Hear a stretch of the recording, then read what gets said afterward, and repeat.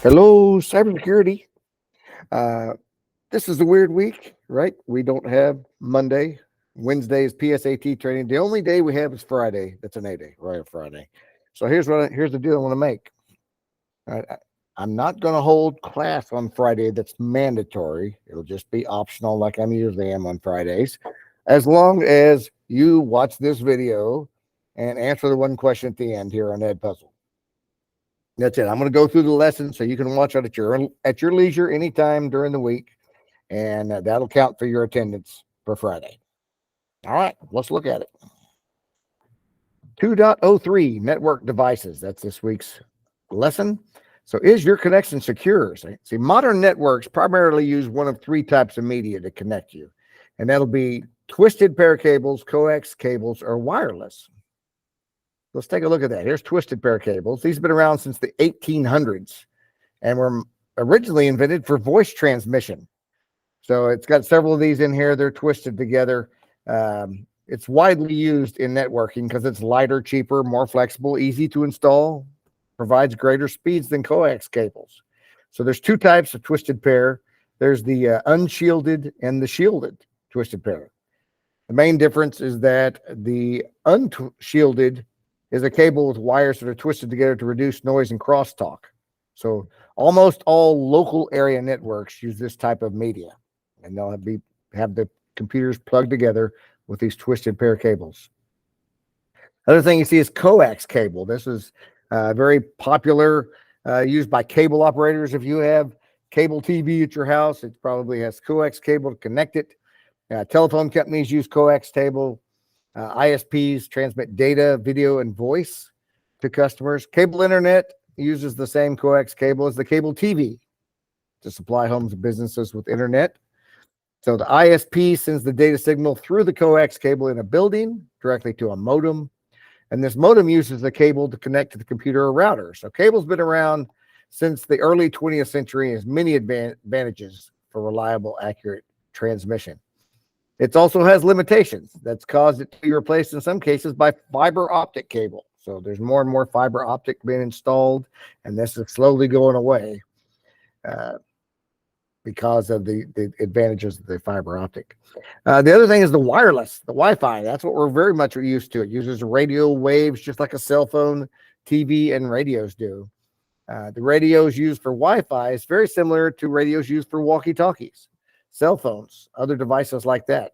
They can transmit and receive radio waves, and they can convert binary coding into radio waves and then back to binary coding. So the drawback is that full security is difficult to achieve, and it's more vulnerable to hacker attacks. So that's why a strong password is very important when you set up your Wi-Fi network at your homes.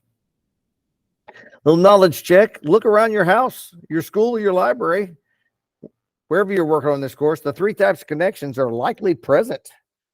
You probably have your own Wi-Fi set up at your house, but have you considered what's behind the wall, right? Coax cables will run to your modem from your internet provider, or possibly you may have some fiber optic.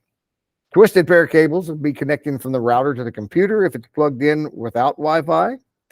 Our computer lab here at the school has twisted pair cables behind the walls or in the ceilings. To connect the phone lines to a PBX. These connections are all around us. They are in all the buildings pretty much. All right, let's look at our next page here. Name that connection. Network devices allow things like laptops, tablets, and printers to communicate with a local area network. Forget our abbreviations there. A hub. A lot of times your Wi-Fi router will also have a hub included. You'll see multiple connections back there where you could plug in a twisted cable connection and not use the Wi-Fi part for certain devices. So in the past, all the devices on a local area network were connected to a conventional hub Before Wi-Fi really caught on, this was the way all the devices were connected. This type of hub enables electrical currents from a computer to send a packet, and we talked about packets last week, to all other connected devices. So you might think of a hub's operations being similar to shouting in a room. The more devices connected to the hub, the more noise they create, slowing down the performance of the network. Another issue is security. Any device with access to the hub has the potential to eavesdrop, even if it's not part of the conversation. So anything that's connected to this hub can access basically whatever else is connected to it. Switches, also known as switching hubs. There's a large one there. They were developed to cut down on security risk and speed up communication. So a switch is more intelligent than just a hub. Hub just connects everything. Like a hub, a switch is a connection point for the computers and other devices, but it's more efficient than the router. Just as a switch connects several devices to create a network, a router can connect multiple switches. See, we can connect switches using routers. This allows businesses and organizations to create even larger networks. And additionally, a router allows network devices and several users to access the internet. They're the most intelligent of these three types of connections: hubs, switches, and routers.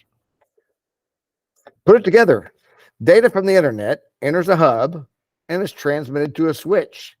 Then it continues to travel through a router and a Wi-Fi device to be displayed on your device. So generally, it's going to hit all of these things on the way to your computer, whether it's in your home or on the way to your home through your internet provider.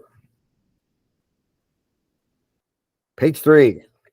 What's your address? Well, that's different in the computer world than your house. Every device connected to a network, whether a personal computer, tablet, smartphone, anything else, has to have a unique identifier so other devices know how to reach it. Your computer has an address. Your phone has an address. Your tablet has an address. That unique identifying number is called the IP address. IP, Internet Protocol. So a sample IP address, and we've looked at this before, would be like 99.13.252.51. And usually that means there's 51 devices connected to that same network, and it's because it starts numbering them. So an IP version 4, IPv4 address consists of 4 numbers, like we see there, ranging from 0 to 255, which, because of binary, 255 is our limit, right? Which are separated by periods. So most of the time you don't see or deal with them directly. That's all taken by the system. Our devices and networks take care of that behind the scenes. So why should we know how IP addresses work? Well, if you're ever in a situation where you're troubleshooting a network issue or creating a special game server online or anything like that, you need to know something about IP addresses. Now, here's the thing. They've come up with the IP version 6 now.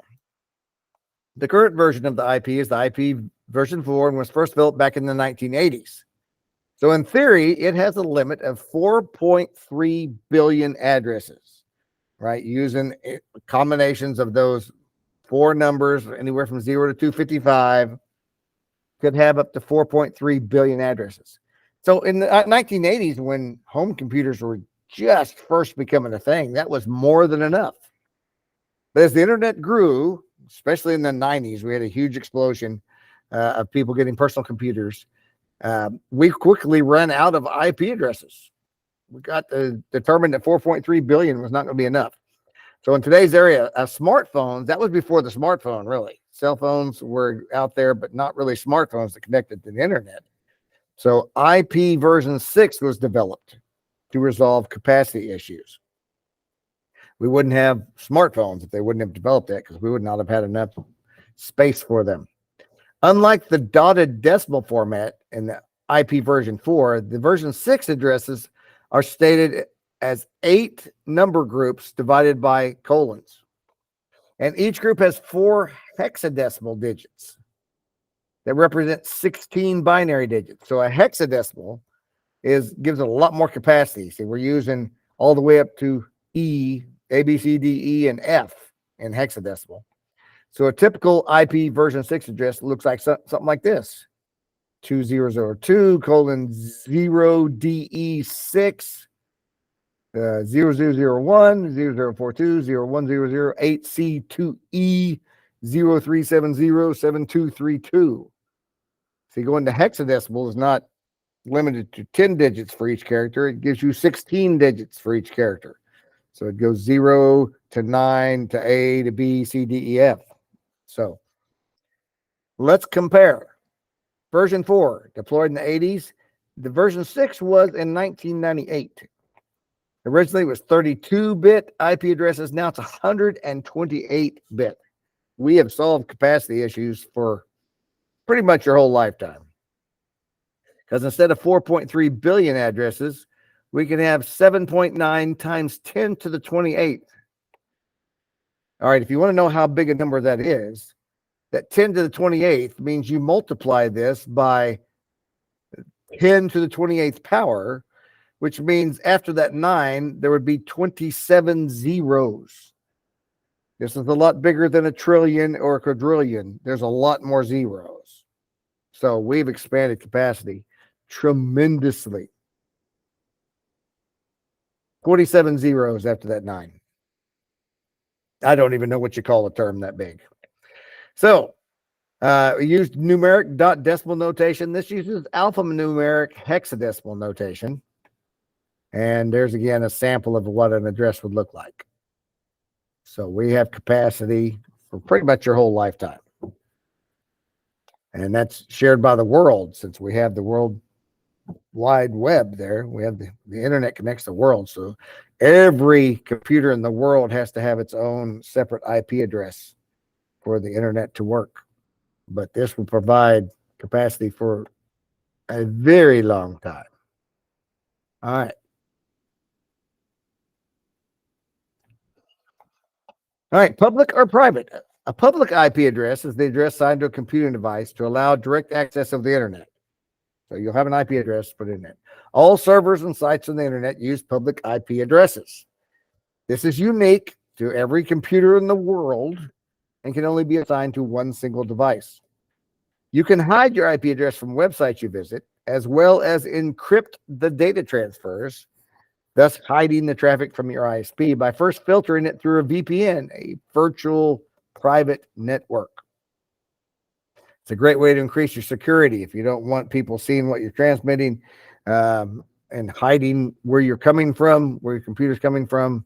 VPNs. Hackers use a lot of those. Check out the key difference between public and private IP addresses. So public is used over the wide area network, where the private IP is only used on a local area network. So your local area, if you're in a building that just has its own network inside there, it may have a different IP address than one that your computer would use on the internet, because it's only used in that network. So the public one's recognized over the internet. The private one's not directly connected to the internet. That's why it can be different than the public one that your computer uses. It's one assigned by your private network. So you can't hide from the ISP here. Here in a private one, you can certainly hide and encrypt.